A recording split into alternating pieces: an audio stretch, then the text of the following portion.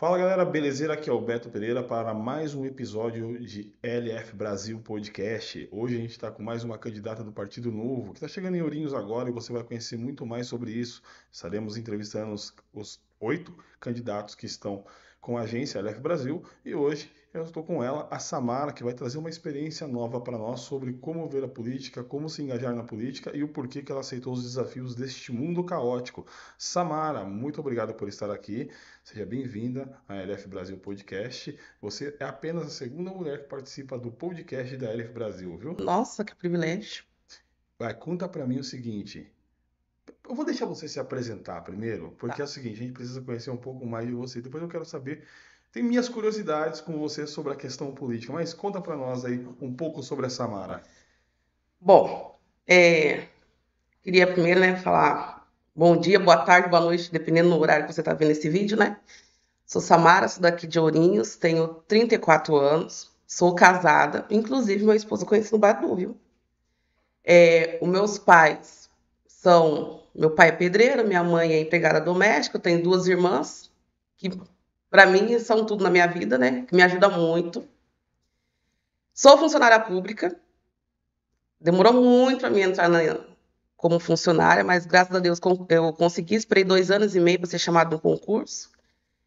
E agora eu estou nesse ramo político, né? Que para mim é uma novidade. Que quando foi. Na verdade, eu me afiliei a um determinado partido.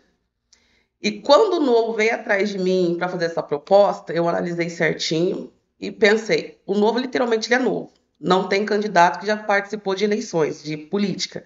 Por que não entrar? Por que não tentar fazer a diferença nesse partido novo aqui na cidade de Ourinhos? Não, interessante. E quando você fala assim, novo, não tem aquele vício político, né? É bem interessante. Fica mais fácil para você, eu não sei se eu posso usar essa palavra, se aventurar. Mas é interessante, você, assim, você já tem um pezinho que você vem do funcionalismo público, aí você tem uma certa experiência. Mas o que de fato fez você pensar o seguinte, cara, peraí, eu política. A injustiça e o preconceito. Porque, vou falar como cidadã, na cidade de Ourinhos, a gente enfrenta muitas dificuldades, tanto na área da educação, tanto na área da saúde, enfim, em todas as áreas a gente enfrenta uma certa dificuldade, né, para acesso a determinadas informações. E eu, como cidadã, eu ficava olhando aquilo e falava assim, mas isso está errado, me indigna, sabe, certos assuntos.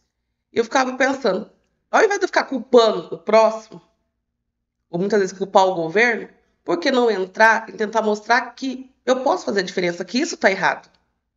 E foi por isso que eu me aventurei. E eu sou uma pessoa que gosta de aventura. Eu falei assim: não, eu quero entrar nessa para fazer a diferença.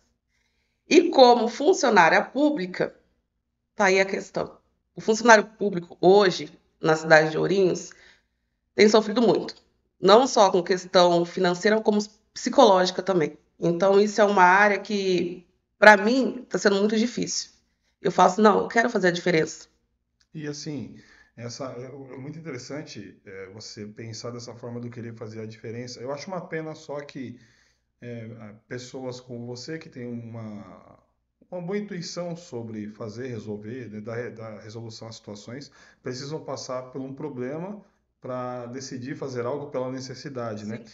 Você acha que como que você é mulher, por exemplo, assim, eu acho que tem muito poucas mulheres engajadas na política de fato, assim, ou com pouco espaço.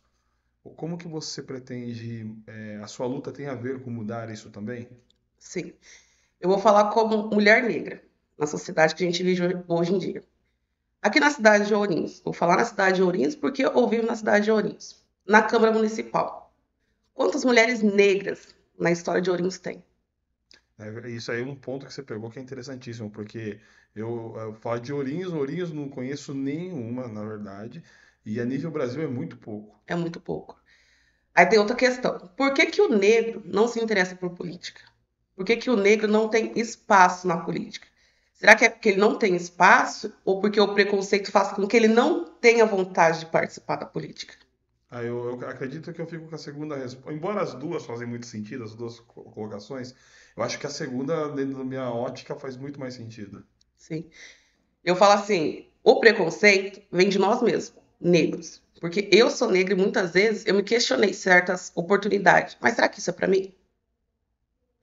Porque a gente vem de uma crença que o negro ele tá só para servir. O negro ele tem que fazer serviço braçal. Ele não pode ter uma posição de destaque.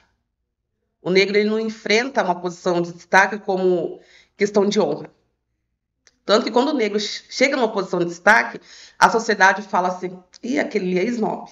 E aquele ali. Sempre, sempre vai existir o preconceito. Aquele lança a palavra assim, lá, aquele é metido pra caramba, sempre tem estereótipo, né? Isso, sempre vai ter o preconceito, não adianta. O preconceito ele existe e sempre vai existir.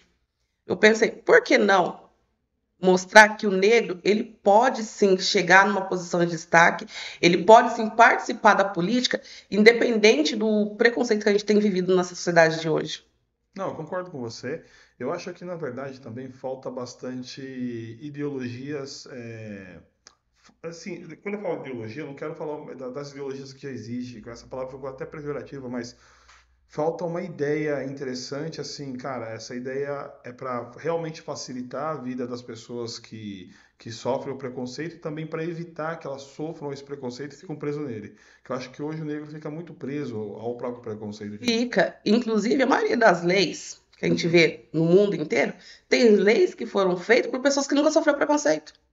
Que nem sabe de fato como que é isso. E que realmente não sabe o que é isso. Só quem viveu preconceito sabe o que é preconceito. Sim. A gente está numa fase que hoje em dia tudo é preconceito. Você tem que saber abordar uma pessoa, saber como que você se dirige e fala com aquela pessoa. Porque hoje em dia tudo pode. É multa e preconceito. Só que assim, vai falar assim, tá se fazendo de coitada. Não. Eu sofri preconceito. Dá pra contar um negro que nunca sofreu preconceito na sociedade de hoje. E esse é um problema porque tem um negro que dá pra você contar que não sofreu preconceito. E os que não conseguem nem reparar o que é preconceito e estão sendo cerceados. Olha, eu vou contar uma experiência que eu tive aqui na cidade de Ourinhos. Teve uma época que, assim, eu fiquei bom tempo, a maioria da minha trajetória, sempre trabalhei em escritório. Aí fiquei desempregada. Falei assim, vou tentar outro ramo, vou mandar currículo no comércio de Ourinhos. Teve lojas aqui de Ourinhos, lojas renomadas, que você passava, você via lá o cartaz. Precisa de vendedora.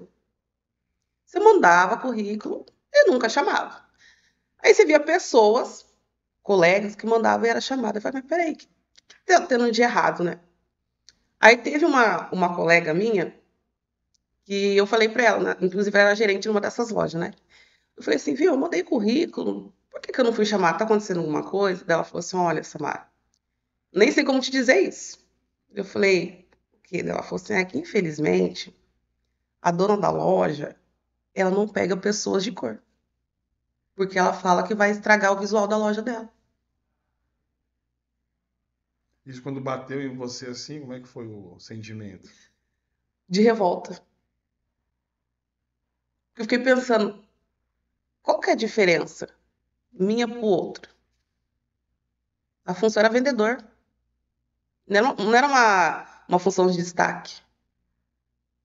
Teve lojas aqui de Ourinhos, que eu já trabalhei no comércio de Ourinhos, cobri férias, que eu era obrigada a fazer maquiagem. E tinha que ser uma maquiagem que destacava. Eu não tenho orelha furada. Quando eu fazia maquiagem básica, que eu gosto do básico. Aí um dia a dona me chamou e falou assim, olha, Samara, não sei se você percebeu, eu era a única negra nessa loja. Não sei se você percebeu, mas aqui, ó, todo mundo usa determinado tipo de maquiagem e acessórios. Então vamos fazer assim. Começa a se maquiar aqui na loja. Tudo bem. Só que eu fiz a maquiagem básica. Ela falou assim, não, essa maquiagem não serve. Eu quero que seja uma maquiagem que destaca. Fiz uma maquiagem. Mas pensa que eu fiquei ruim. Me senti mal. Das 8 às 6 da tarde. Porque aquilo de fato não tinha a ver com a sua personalidade, com o seu estereótipo. Não tinha a ver com a Samara. Não era eu. Era uma... Como se diz? Não vou falar nem fantoche, mas um personagem. Que descaracterizava o que a Samara de fato era. Sim. Eu acredito que na sociedade que a gente vive, a gente tem que ter uma certa liberdade. Eu vou trabalhar... Eu sei que tem certas empresas que tem um padrão. Ó, que você tem que usar terno, tem que ter roupa esporte fino. Tudo bem, concordo. Só que a essência da pessoa, ela não pode perder por causa de determinado trabalho. Tá difícil ganhar um pão de cada dia? Tá difícil. A mais difícil ainda é isso daqui, ó. A pessoa tem que olhar todo dia no espelho e saber que aquela não é ela.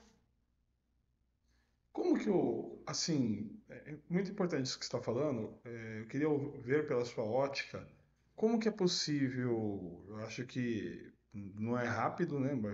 Vai ter que ter um projeto para isso, mas dentro da sua ótica hoje política, como que você acha que é possível devagar ir mudando essa consciência social, essa forma, esse vício social das pessoas, dos empreendedores, do próprio mercado?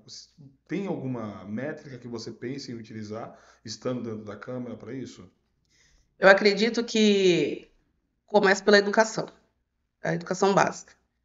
Porque muitas vezes eu já trabalhei na creche e você vê que as crianças desde pequeno têm preconceito. Tinha criança dentro da creche que quando eu chegava perto eu falava que não era pra me chegar perto, que tinha medo da minha cor. A criança reflete aquilo que ela vem dentro de casa. Perfeitamente. Aí você fala assim, não, mas é criança. Tem gente que tem aquela mania de falar assim, não, mas é brincadeira de criança. Não, a criança reflete aquilo que ela vê dentro de casa. Tem que começar a tratar a educação básica.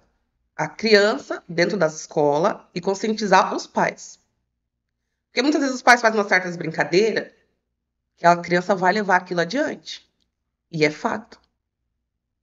A criança vai levar adiante. Isso é muito pouco percebido. Assim, você fala da educação, que acredito que seja uma das pautas que você também vai abordar. É, também tem um pouquinho de ver com a mídia também, né? Porque assim, os pais estão muito jovens também, essa galera mais jovens que vem de pai também. A gente foi aprendendo a levar as coisas pra frente. Isso é igual você bem relatou. Não, isso é coisa de criança, isso deixa passar, papapá. Então, tipo assim, você pega uma criança que tem hoje, a gente tá com uma crise do TDAH, por exemplo, então a gente tá com um monte de situações assim. Você não acha que falta profissionais também, além dos pais, né? Mas uma visão minha e você vai conseguir me falar melhor. Você não acha que também falta profissionais na área da educação, tanto profissionais na política, no funcionalismo público, quanto na área da educação, para poder alicerçar tanto os pais como educar os filhos? Não que eles vão colocar uma regra de como educar, mas assim, um auxílio, sabe, da educação, nos dois, na escola e no funcionalismo público. Você acha que não falta esses profissionais especializados para isso também? É uma pergunta bem importante. Falta. Hoje, na educação básica aqui da cidade de Ourinhos, o que você menos vê são profissionais capacitados. Eu não falo dos professores, eu falo dos auxiliares de educação infantil. E quando você faz o concurso, no concurso não está especificando, você tem que ter experiência na área de educador infantil. Até porque, qual que é a visão do educador infantil? Auxiliar o professor de sala. Teoricamente, esse é o papel do educador infantil, auxiliar o professor de sala. Aí, quando o educador infantil chega na rede municipal aqui na cidade de Ourinhos, ele se depara que ele tem que fazer a função do professor. Ele tem que ensinar, além dele ter que limpar, ele tem que fazer todo aquele preparo. Certo. E muitas das vezes, esse profissional ele não está preparado para lidar com uma criança que tem TDAH, que tem síndrome de Down, ou que tem algum outro tipo de necessidade. Ele não está preparado. E o município não dá capacitação. Fala, não, de vez em quando dá, porque tem gente que vai falar que dá. Mas qual capacitação? De levar um determinado recinto, colocar um slide? Isso para mim não é capacitação. Só apenas está informando. Apenas está informando, você tem que fazer isso, isso, isso. E aí? Mas o profissional que ele tem que procurar a parte, a capacitação. Tá, tudo bem. Só que não foi especificado no concurso dele, que ele tinha que ter experiência nessa área. O meu esposo mesmo, ele é auxiliar de educação infantil. Tem algum preparo? Não. Um preparo que ele adquiriu foi no dia a dia. Foi de errar e acertar, errar e acertar. Aí, muitas das vezes, o educador, que ele passa mais tempo com a criança, ele identifica que a criança tem algum tipo de necessidade. E passa para a direção. A direção só está ali para coordenar, dirigir a escola. Faz a parte administrativa. Parte administrativa. E muitas das vezes, quando esse auxiliar chega e passa, o aluno tal está tendo dificuldade, muitas das vezes você vê que não tem uma certa credibilidade. Porque o auxiliar, ele não é médico, o auxiliar, ele não é psicólogo, o auxiliar não tem capacidade nenhuma para isso. E onde está o erro? Para mim tá nessa administração mesmo. A administração. Já acabar, tipo assim, deixando passar, levando com a barriga, né? O termo Sim. chulo, que é nosso, de levar com a barriga, empurrando com a barriga, né? Tanto que não sei se posso dizer dos projetos que eu quero implementar na rede de educação infantil, é a implementação de um profissional, não só psicólogo. Ah, tem psicólogo? Tem, mas quanto tempo ele está lá? Não um psicólogo que fica mudando de escola em escola para atender um pouco aqui. Fixo, determinada escola. Tem que ter um enfermeiro fixo naquela escola. Por quê? É muito frequente o pai que leva o filho para a creche doente. Tem muitos pais que dão medicação para a criança, chega na creche, a criança tá com a febre baixa, bonitinho. O pai virou as costas, piora. O auxiliar, ele não é enfermeiro para medicar a criança.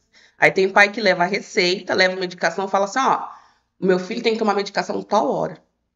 Só que tem um porém. A creche, hoje, tem o quê? Coloca aí uns 26 alunos para 2 educadores?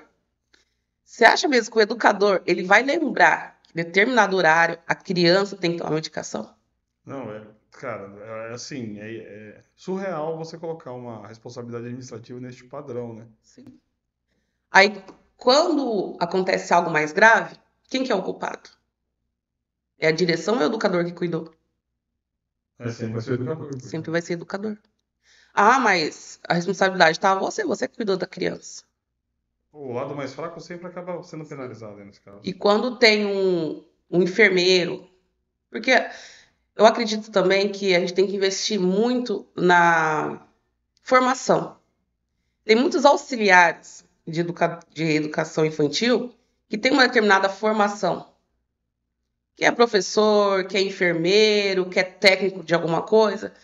Tá, mas para ele desempenhar essa função dentro da prefeitura, ele tem que exonerar o cargo dele de auxiliar de educação infantil para assumir outro papel. Esse é o correto. E por que não abrir oportunidade para esse educador? Ao invés de contratar empresas de fora. Investe no que está aqui dentro. É interessante. Você, quando você faz isso, você para mim, eu começo a enxergar que você consegue atacar duas áreas aí neste caso, né? Que você, dentro da educação, você já está lidando com a própria educação e também com a parte da saúde, né? Quando você fala de ter especialistas para poder falar com uma criança do TDAH, ou até mesmo uma criança que sofre determinado preconceito ali, Sim. que está intitulado, enraizado ali dentro da parada. Eu acho que isso faz parte de uma parte da saúde também dele. Faz. E, por exemplo, aqui no município de Ourinhos, a creche que eu trabalhei, em frente tinha um posto de saúde. Quando alguma criança passava mal, alguma coisa, o correto é entrar em contato com o pai. Muitas das vezes o pai não atende o telefone. Porque tem pai que não quer buscar o filho. Tem pai que trabalha, tem, mas tem muitos que não trabalham. Mas, enfim. Aí o que acontece? Você, a direção fala, leva até o posto. Chega lá, você não é o pai da criança. Qual que é a sua responsabilidade? Se ele falar assim, essa criança, ela não tá só com febre, ela tá com alguma infecção. Qual é o seu papel de educador nessa situação? Você não é o responsável. Você é responsável dentro da sala de aula. Mas você não é responsável principal pelaquela criança. E quando você investe na saúde dentro da educação, nossa, todo mundo só tem a ganhar. Porque você faz o mecanismo realmente se tornar funcional, né? Sim, fica funcional. E outra coisa que é interessante é o funcionário. Tem muitos funcionários da área da saúde, da educação, principalmente, todas as áreas daqui do município, que estão surtando. Definitivamente estão surtando. Problemas mentais e psicológicos. Aí você fala assim, mas por quê? A pessoa, ela passa mais tempo no trabalho do que dentro de casa. Só que muitas das vezes, em casa já não está sendo fácil. Então, ela carrega aquele problema da casa para o trabalho. Chega no trabalho, ela não tem um suporte. O que acontece? Hoje em dia, não fala da prefeitura, né? Vê o funcionário como número. A gente não pode ver o funcionário como número. A gente tem que enxergar ele como pessoa. E quando você enxerga um funcionário como número, ele é descartável. Ah, se não tá bom, descarta, pega outro. E a gente não tem profissional capacitado e não tem uma quantidade boa de funcionário para ficar descartando. A gente tem que investir e cuidar dos que tem. Até mesmo, você falou uma coisa muito importante, porque assim, até mesmo que fosse capacitado, né? Até você, quando você troca, você muda todas as diretrizes, todos os procedimentos que ali já estão funcionando. Isso você acaba, né, fazendo com que atrase os processos. Sim, aí tem funcionário que muitas vezes mora próximo da escola que ele está trabalhando. É ótimo. Você não vai gastar com vale transporte. Não vai ter perca de tempo. Então, por que não manter esse funcionário que mora próximo das escolas e cuidar da saúde mental dele? Dar um suporte. Aí tem aquele outro funcionário que mora em outra cidade e que trabalha aqui na cidade de Ourinhos. Como que ele faz o horário de almoço?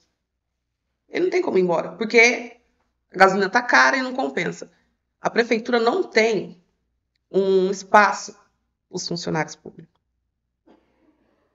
Se você for investigar por aí, você vai ver aonde o funcionário público fica. Muitas das vezes fica na lavanderia, jogado onde tem contaminação, tem fralda, tem tudo. Ele tem que, não pode nem dormir também, porque não tem espaço. Por que não criar um espaço dentro dessas escolas para o funcionário público? Nem que seja uma sala pequena, onde ele possa descansar. Porque isso faz diferença.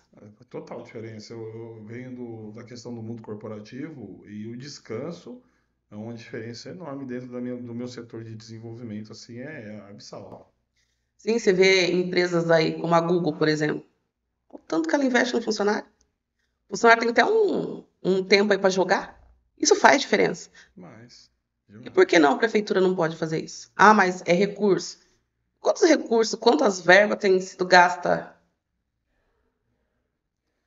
e aí, cara, aí você tocou num ponto que assim, que afasta as pessoas da política realmente, porque quando você começa a olhar com essa ótica, é um olhar de acolhimento e funcionalismo ao mesmo tempo, né? Você acolheu e deu condições de trabalhos ideais ali. Mas quando você começa a falar dessa ideia, eu acho que é essa ideia que não está funcionando que acaba afastando as pessoas da política. Aí que eu acho interessante assim, aliás, tá de parabéns a sua forma de ver este mundo, é muito interessante, sim. E acho que poucas pessoas eu vi falando da saúde dentro da educação, da saúde dentro do próprio funcionalismo público, do mecanismo e tal. E como lutar por isso, cara, assim? Olha, para começar, tem que trabalhar o modo que a sociedade vê o funcionalismo público. Hoje em dia, as pessoas nos veem como falar o correto que eles falam mesmo. É tudo vagabundo.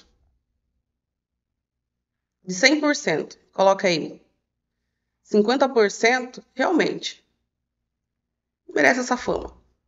Os outros 50% não merecem. Esses outros 50%, ele levanta todos os dias, desempenha a função todos os dias, para que a sociedade alavanca. Você não acha que os 50% que eles são de fato, será que eles sabem que eles têm uma importância dentro de um mecanismo? Eles nem conseguem entender? Porque você imagina comigo assim, ó, a gente intitula tal, preguiçoso, ele é vagabundo, gosta de trabalhar. Eu tenho uma visão que existe um condicionamento que faz você se tornar aquilo e faz você não conseguir sair daquilo. Olha, vai fazer 10 anos que estou na prefeitura. O que eu vejo? Quando eu entrei na prefeitura, porque qualquer funcionário, quando entra numa empresa, ele quer mostrar serviço. Só que ele sempre vai deparar com aquele funcionário que está descontente, que vai virar para ele e falar assim, viu, não compensa você fazer isso. Faz tanto tempo que eu estou nessa área aí, nunca tive valorização, então não compensa. Só que a gente tem que separar. A prefeitura não é empresa privada. Empresa privada, eles te recompensa pelos seus esforços, pela sua dedicação. Prefeitura, não. Então você tem que fazer o seu melhor, independente se você vai ter uma valorização ou não. E tem muito funcionário que ele não consegue ver isso. Porque ele deu ouvido àquele funcionário que está descontente. Mas será que aquele funcionário que está descontente nunca teve uma oportunidade? Ou se teve, conseguiu entender na oportunidade? Você entendeu? Não, mas legal. O Samara, gostei do bate-papo nosso aqui, viu? Você desenvolveu bem, você estava com medo tava nervosa, mas se desenvolveu super bem. Agora tô tranquilo. Tá tranquilo. Tranquilo. Ó, você deu um material muito legal, agradeço muito por isso, tá? A gente até já passamos o tempo aqui, que foi, eu gostei mesmo do bate-papo, tá indo legal. Vou ter que fazer um com você no ao vivo do Framecast ainda pra gente poder debater. Samara, queria que você deixasse suas considerações finais. Agora você pode até falar olhando para a câmera, que vai ser as considerações finais, falando um pouco de você, da Samara Política, e chamando por que as pessoas devem dar uma chance, uma oportunidade, até pela experiência que você tem, até pela ideia que você tem, que eu achei muito legal. Diga-se de passagem aí, desde já agradecer você. Aí eu que agradeço. Eu quero falar que eu, Samara, quero deixar para você um convite para você me ajudar nessa nova aventura, porque eu acredito que a educação, ela precisa de uma atenção especial, ela precisa de um olhar, assim como a saúde.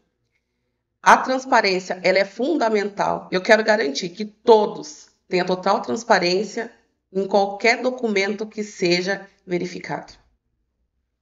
Show de bola. Esse foi mais um episódio da LF Brasil Podcast. Logo, logo estará os cortes aí rolando e vocês vão acompanhando. Essa pessoa maravilhosa que tem muito a ensinar e tem muito a passar de experiência para nós.